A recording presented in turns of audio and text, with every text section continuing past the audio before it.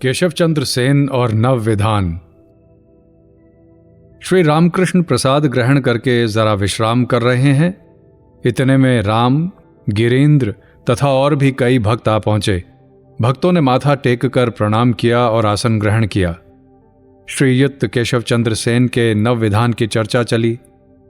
राम श्री रामकृष्ण से कहते हैं, महाराज, मुझे तो ऐसा नहीं जान पड़ता कि नव विधान से कोई उपकार हुआ हो। केशव बाबू अगर सच्चे होते तो फिर उनके शिष्यों की यह दशा क्यों होती? मेरे मत से उनके भीतर कुछ भी नहीं है, जैसे खपरे बजाकर दरवाजे में ताला लगाना। लोग सोचते हैं इसके खूब रुपए हैं, झनकार हो रही है, परंतु भीतर बस खपरे ही खपरे हैं। बाहर के लोग भीतर के समाचार क्या जाने। श्री रामकृष्ण कहते हैं, कुछ सार जरूर है, नहीं तो इतने आदमी केशव को क्यों मानते हैं? शिवनाथ को लोग क्यों नहीं पहचानते? ईश्वर की इच्छा के बिना ऐसा कभी होता नहीं, परंतु संसार का त्याग किए बिना आचार्य का काम नहीं होता। लोग कहते हैं यह संसारी आदमी है, यह खुद तो कामनी और कांचन का छिपकर भोग करता है और हमसे कहता है ईश्वर ही सत्य हैं, संसार स्वप्नवत अनित्य है। सर्वत्यागी हुए बिना उसकी बात सब लोग नहीं मानते। जो लोग संसार में पड़े हैं उन्हीं में से कोई कोई मान सकते हैं। केशव के घर द्वार कुटुंब परिवार था, अतएव मन भी संसार में था। संसार की रक्षा भी तो करनी होगी, इसीलिए इतना लेक्चर उसने दिया, परंतु अपने संसार को बड़ी मजबूती में रख गया है। कैसा दामाद है। मैं उसके घर के भीतर गया, देखा बड़े बड़े पलंग हैं। सांसारिक काम करने लगे तो धीरे धीरे ये सब आ जाते हैं। भोग की ही भूमि संसार कहलाती है। वे पलंग और मकान केशव को हिस्से में मिले थे। महाराज, आप कुछ भी कहें, परंतु विजय बाबू ने कहा है कि केशव सेन ने मुझसे कहा था, मैं ईसा और गौरांग का अंश हूं और तुम अपने को अद्वैत का अंश बतलाया करो। और उसने क्या कहा था आप जानते हैं? आपको कहा था वे भी नव विधान के हैं। परमात्मा जाने। मैं तो यह भी नहीं जानता कि नव विधान का अर्थ क्या है। सब हंसते हैं। केशव की शिष्य मंडली कहती है, ज्ञान और भक्ति का समन्वय सबसे पहले केशव बाबू ने किया है। यह क्या? तो फिर अध्यात्म रामायण है क्या? नारद श्री रामचंद्र की स्तुति करते हैं, हे राम, वेदों में जिस परब्रह्म की कथा है वह तुम ही हो। तुम ही मनुष्य के रूप में हमारे पास हो। तुम्हें अर्थात ब्रह्म को ही हम मनुष्य देख रहे हैं, परंतु वस्तुतः तुम मनुष्य नहीं हो, वही परब्रह्म हो। श्री रामचंद्र ने कहा, नारद, तुम पर मैं प्रसन्न हूं, तुम वर मांगो। नारद ने कहा, राम, और क्या वर मांगू? अपने पाद पद्मों में मुझे शुद्धा भक्ति दो और अपनी भुवन मोहिनी माया में कभी फंसा न देना। इस तरह अध्यात्म रामायण में केवल ज्ञान और भक्ति की ही बातें हैं। फिर केशव के शिष्य अमृत की बात चली। राम कहते हैं, अमृत बाबू कैसे हो गए हैं? हाँ, उस दिन मैंने बड़ा दुबला देखा। राम कहते हैं, महाराज, अब लेक्चर की भी बात सुन लीजिए। जब खोल में पहला धावा मारा गया तब साथ ही कहा गया, केशव की जय। आपने कहा था बंधी तलैया में ही दल होता है। दल शब्द के दो अर्थ हैं, काई या संप्रदाय। आपने कहा था बंधी तलैया में ही दल होता है। इसी पर एक दिन लेक्चर में अमृत बाबू ने कहा, साधु ने कहा है सही कि बंधी तलैया में दल होता है, परंतु भाइयों, दल चाहिए, संगठन चाहिए। सच कहता हूं, दल चाहिए। सब हंसते हैं। श्री रामकृष्ण कहते हैं, ये क्या है? राम राम, ये भी लेक्चर है? फिर ये बात उठी कि कोई कोई जरा अपनी तारीफ चाहते हैं। श्री रामकृष्ण कहते हैं, निमाई सन्यास का नाटक हो रहा था। केशव के यहां मुझे ले गए थे। वहां सुना, न जाने किसने कहा, ये दोनों केशव और प्रताप गौरांग और नित्यानंद हैं। प्रसन्न ने तब मुझसे पूछा, तो फिर आप कौन हैं? देखा, केशव एकटक मेरी ओर देख रहा था। मैं क्या कहता हूं ये सुनने के लिए। मैंने कहा, मैं तुम्हारे दासों का दास, रेणु की रेणु हूं। केशव ने हंसकर कहा, ये पकड़ में नहीं आना चाहते। महाराज, केशव कभी कभी आपको जॉन द बैप्टिस्ट बतलाते थे, एक और भक्त कहता है, और कभी कभी आपको 19वीं सदी के चैतन्य बतलाते थे।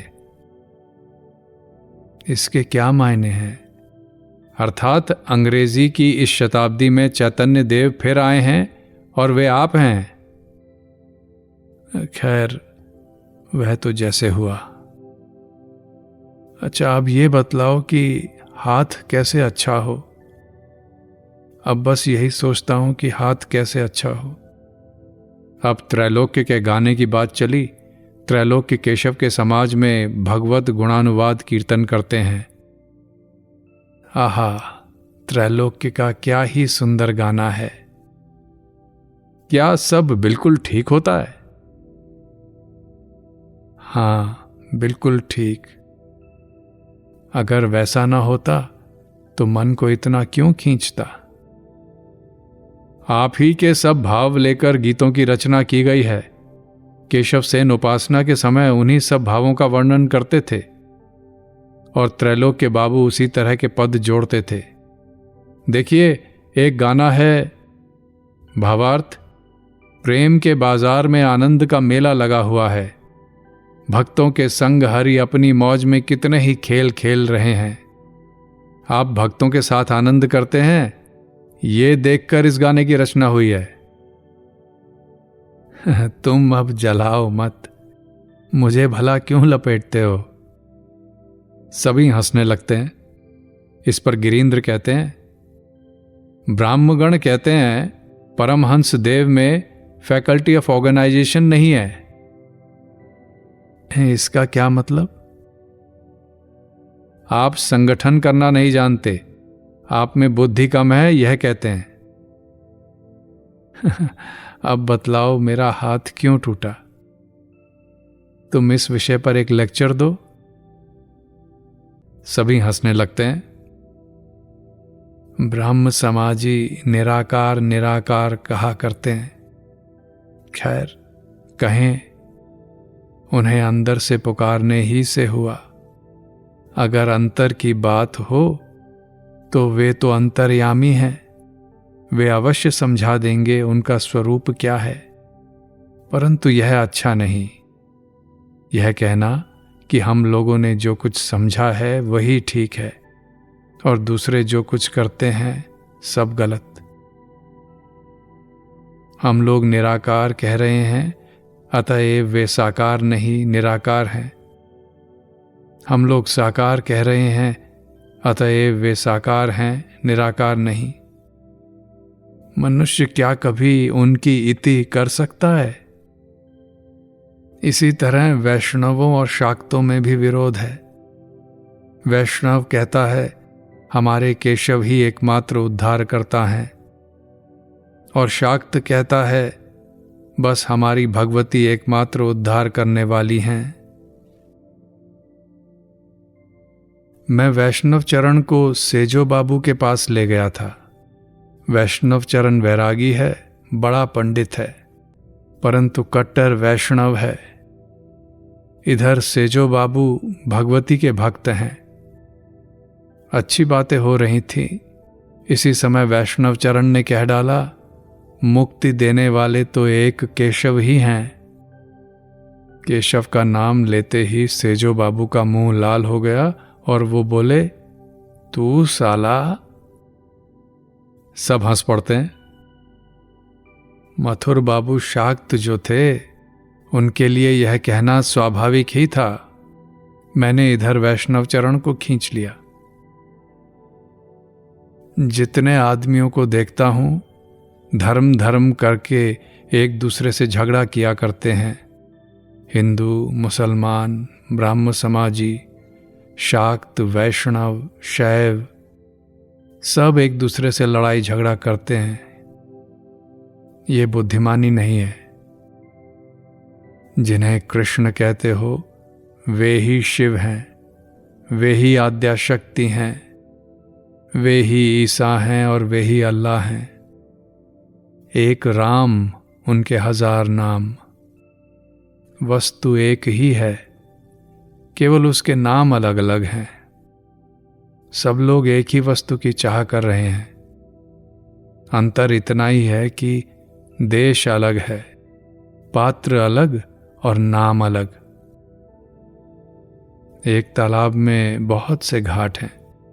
हिंदू एक घाट से पानी ले रहे हैं, घड़े में भरकर कहते हैं जल। मुसलमान एक दूसरे घाट से पानी भर रहे हैं, चमड़े के बैग में, कहते हैं पानी।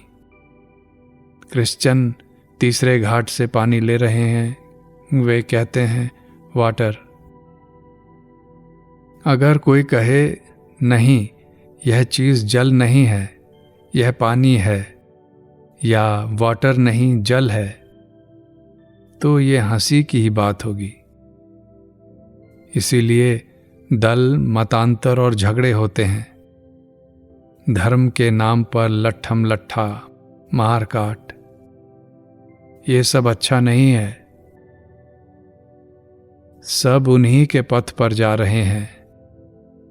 आंतरिकता होने पर, व्याकुलता आने पर उन्हें मनुष्य प्राप्त करेगा ही। श्री रामकृष्ण अब मणि से कहते हैं, तुम ये सुनते जाओ, वेद, पुराण, तंत्र, शास्त्र उन्हीं को चाहते हैं। वे किसी दूसरे को नहीं चाहते। सच्चिदानंद बस एक ही हैं। जिन्हें वेदों में सच्चिदानंद ब्रह्म कहा है, तंत्र में उन्हीं को सच्चिदानंद शिव कहा है, उन्हीं को अधर पुराणों में सच्चिदानंद कृष्ण कहा है। श्री रामकृष्ण ने सुना कि राम घर में कभी कभी स्वयं भोजन पकाते हैं। श्री रामकृष्ण मणि से कहते हैं, क्या तुम भी अपने हाथ से भोजन पकाते हो? जी नहीं। कोशिश करके देखो ना जरा। थोड़ा सा गौ घृत छोड़कर भजन किया करो। शरीर और मन शुद्ध जान पड़ने लगेंगे। राम की घर गृहस्थी की बहुत सी बातें हो रही हैं। राम के पिता परम वैष्णव हैं। घर में श्रीधर की सेवा होती है। राम के पिता ने अपना दूसरा विवाह किया था। उस समय राम की उम्र बहुत कम थी। पिता और विमाता राम के घर में ही थे, परंतु विमाता के साथ रहकर राम सुखी नहीं रह सके। इस समय विमाता की उम्र 40 की है। विमाता के कारण राम और उनके पिता में कभी कभी अनबन हो जाती है। आज वही सब बातें हो रही हैं। राम कहते हैं, बाबूजी की बुद्धि मारी गई है। श्री रामकृष्ण भक्तों से कहते हैं, सुना, बाबूजी की बुद्धि मारी गई है और आपकी बहुत अच्छी है। उनके विमाता के मकान में आने से ही अशांति होती है। एक ना एक झंझट पैदा होती है। हमारा परिवार नष्ट होने पर आ गया है। इसीलिए मैं कहता हूं, वे अपने मायके में क्यों नहीं जाकर रहती। गिरीन्द्र राम से कहते हैं, अपनी स्त्री को उसी तरह मायके में क्यों नहीं रखते। सभी हंसने लगते हैं। यह क्या कुछ हांडी और घड़ा है। हांडी एक जगह रहे और उसका ढक्कन दूसरी जगह। शिव एक ओर तथा शक्ति दूसरी ओर। महाराज, हम लोग सुख से हैं, वे आई नहीं कि तोड़फोड़ मचाया। ऐसी दशा में हाँ, अलग एक मकान कर दो, ये एक बात हो सकती है। महीने महीने सब खर्च देते जाना। पिता कितने बड़े गुरु हैं। राखाल मुझसे पूछता था, क्या मैं बाबूजी की थाली में खा लूं? मैंने कहा, अरे ये क्या, तुझे हो क्या गया है जो तू अपने बाप की थाली में नहीं खाएगा? परंतु एक बात है, जो लोग सन्मार्ग में हैं वे अपना जूठा किसी को खाने के लिए नहीं देते। यहां तक कि कुत्ते को भी जूठन नहीं दी जाती। गिरींद्र कहते हैं, महाराज, माँ बाप ने अगर कोई घोर अपराध किया हो, कोई घोर पाप किया हो तो वह भी सही। माता यदि व्यभिचारिणी हो तो भी उसका त्याग नहीं करना चाहिए। अमुक बाबुओं की गुरु पत्नी का चरित्र नष्ट हो गया, तब उन्होंने कहा उनका लड़का गुरु बनाया जाए। मैंने कहा, यह तुम क्या कहते हो? तुम सूरन को छोड़कर सूरन की आंख लोगे? नष्ट हो गई तो क्या हुआ? तुम उसे ही अपना इष्ट समझो। एक गाने में है, मेरे गुरु यद्यपि कलवार की दुकान पर जाया करते हैं, तथापि मेरे गुरु नित्यानंद राय हैं। चैतन्य देव और मां, मनुष्य के ऋण। माँ बाप क्या कुछ साधारण मनुष्य हैं? बिना उनके प्रसन्न हुए धर्म कर्म कुछ भी नहीं होता। चैतन्य देव प्रेम से पागल थे, परंतु फिर भी सन्यास से पहले कुछ दिन लगातार उन्होंने अपनी माता को समझाया था। कहा था, माँ, मैं कभी कभी आकर तुम्हें देख जाया करूंगा। श्री रामकृष्ण मास्टर से तिरस्कार करते हुए कहते हैं, और तुम्हारे लिए कहता हूं, माँ बाप ने तुम्हें आदमी बना दिया, अब कई लड़के बच्चे भी हो गए हैं, इस पर बीवी को साथ लेकर निकल आना। माता पिता को धोखा देकर बीवी बच्चों को लेकर वैष्णवी बनकर निकलता है। तुम्हारे बाप को कोई कमी नहीं है, नहीं तो मैं कहता धिक्कार है तुमको। सबके सब स्तब्ध हैं। कुछ ऋण हैं, देव ऋण, ऋषि ऋण, उधर मातृ ऋण, पितृ ऋण, स्त्री ऋण। माता पिता के ऋण का शोध किए बिना कोई काम नहीं होता। फिर पत्नी का भी ऋण है। हरीश पत्नी का त्याग करके यहां आकर रहता है। यदि उसकी स्त्री के भोजन की सुविधा ना होती तो मैं कहता साला बेईमान है। ज्ञान के पश्चात उसी पत्नी को तुम साक्षात भगवती देखोगे। सप्तशती में है, या देवी सर्वभूतेषु मातृरूपेण संस्थिता। वे ही मां हुई हैं। जितनी स्त्रियां देखते हो सब वे ही हैं। इसीलिए मैं वृंदा नौकरानी को कुछ कह नहीं सकता। कोई कोई लोग श्लोक झाड़ते हैं, लंबी लंबी बातें बगाड़ते हैं, परंतु उनका व्यवहार कुछ और ही होता है। इस हठयोगी के लिए किसी तरह अफीम और दूध इकट्ठा हो, राम प्रसन्न बस इसी चिंता में मारा मारा घूमता है। और वह यह भी कहता है कि मनु में साधु सेवा का उल्लेख है। इधर बूढ़ी मां खाने को नहीं पाती, सौदा करने के लिए हाट बाजार खुद जाया करती है। क्या कहूं, ऐसा क्रोध आता है। परंतु एक बात और है, अगर प्रेमोन्मत्त अवस्था हो तो फिर कौन है बाप, कौन है मां और कौन है स्त्री। ईश्वर पर इतना प्यार हो कि पागल हो जाए, फिर उसके लिए कुछ भी कर्तव्य नहीं रह जाता। सब ऋणों से वह मुक्त हो जाता है। प्रेमोन्माद कैसा है जानते हो? उस अवस्था के आने पर संसार भूल जाता है। अपनी देह जो इतनी प्यारी चीज है वह भी भूल जाता है। यह अवस्था चैतन्य देव को हुई थी। समुद्र में कूद पड़े, समुद्र का बोध ही नहीं। मिट्टी में बार बार पछाड़ खा खा कर गिरते हैं। न भूख है न नींद, शरीर का बोध भी नहीं है।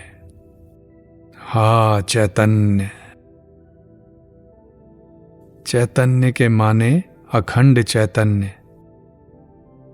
वैष्णव चरण कहता था, गौरांग अखंड चैतन्य की ही एक छटा है।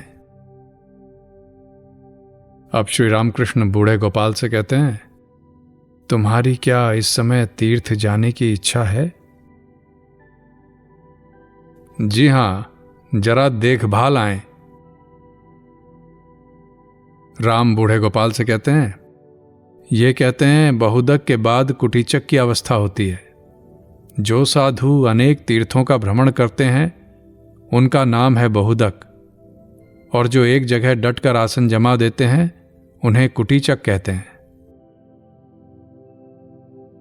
एक बात और ये कहते हैं, एक पक्षी जहाज के मस्तूल पर बैठा था। जहाज गंगा से होकर काले पानी में समुद्र में चला गया। पक्षी को इसका होश न था। जब वह होश में आया तब किनारे का पता लगाने के लिए उत्तर की ओर उड़ गया, परंतु उसने किनारा कहीं न देखा। तब लौट आया, फिर जरा देर विश्राम करके दक्षिण की ओर गया। उधर भी किनारा न दिख पड़ा। इसी तरह कुछ कुछ विश्राम करके पूर्व और पश्चिम में भी गया। जब उसने देखा कहीं किनारा नहीं है, तब मस्तूल पर आकर चुपचाप बैठ गया। श्री रामकृष्ण अब बूढ़े गोपाल और भक्तों से कहते हैं, जब तक यह बोध है कि ईश्वर वहां है, तब तक अज्ञान है। जब यहां है यह बोध हो जाता है, तब ज्ञान। एक आदमी तंबाकू पीना चाहता था। वह अपने पड़ोसी के घर गया टिकिया सुलगाने के लिए। घर के सब लोग सो गए थे। बड़ी देर तक दरवाजा खटखटाने पर एक आदमी खोलने के लिए नीचे उतर आया। उस आदमी को देखकर घरवालों ने पूछा, कहो कैसे आए? उसने कहा, क्या कहूं कैसे आया? जानते तो हो कि तंबाकू पीने का चस्का है, टिकिया सुलगाने आया था। तब घरवालों ने कहा, अजी वाह, तुम तो बड़े भले मानस निकले। इतनी मेहनत करके आए और दरवाजा खटखटाया। तुम्हारे हाथ में लालटेन जो है। सब हंसते हैं। जो कुछ चाहता है वही उसके पास है, फिर भी आदमी अनेक स्थानों में चक्कर लगाया करता है। अब राम कहते हैं, महाराज अब इसका मतलब समझ में आ गया। समझा कि गुरु क्यों कहते हैं कि चारों धाम करके आ जाओ। जब एक बार चक्कर मारकर देखता है कि जो कुछ यहां है वही सब वहां भी है, तब फिर वह गुरु के पास लौट कर आता है। ये सब केवल गुरु की बात पर विश्वास होने के लिए है। बात कुछ रुक गई। श्री रामकृष्ण अब राम की तारीफ कर रहे हैं। आहा, राम में कितने गुण हैं, कितने भक्तों की सेवा और उनका लालन पोषण करता है। अधर कहता था, तुमने उसकी बड़ी खातिरदारी की। क्यों, ठीक है ना? अधर शोभा बाजार में रहते हैं। श्री रामकृष्ण के परम भक्त हैं। उनके यहां चंडी के गीत हुए थे। श्री रामकृष्ण और भक्तों में से कितने ही वहां गए थे, परंतु अधर राम को न्योता देना भूल गए थे। राम बड़े अभिमानी हैं। उन्होंने लोगों से उसके लिए दुख प्रकट किया था, इसीलिए अधर राम के घर गए थे। उनसे भूल हुई थी, इसके लिए दुख प्रकट करने गए थे। राम कहते हैं, वह अधर का दोष नहीं है, न्योता देने का भार राखाल पर था। राखाल का दोष लेना ही नहीं चाहिए। गला दबाओ तो अब भी दूध निकल आए। महाराज कहते क्या हैं? अधर ये नहीं जानता था। देखो ना, उस दिन यदु मलिक के यहां मेरे साथ गया था। मैंने लौटते समय पूछा, तुमने सिंह वाहिनी को प्रणामी दी? उसने कहा, महाराज मैं नहीं जानता था कि प्रणामी देनी पड़ती है। अच्छा, अगर ना भी कहा हो तो राम नाम में दोष क्या है? जहां राम नाम होता हो वहां बिना बुलाए भी जाया जाता है। न्योते की आवश्यकता नहीं होती।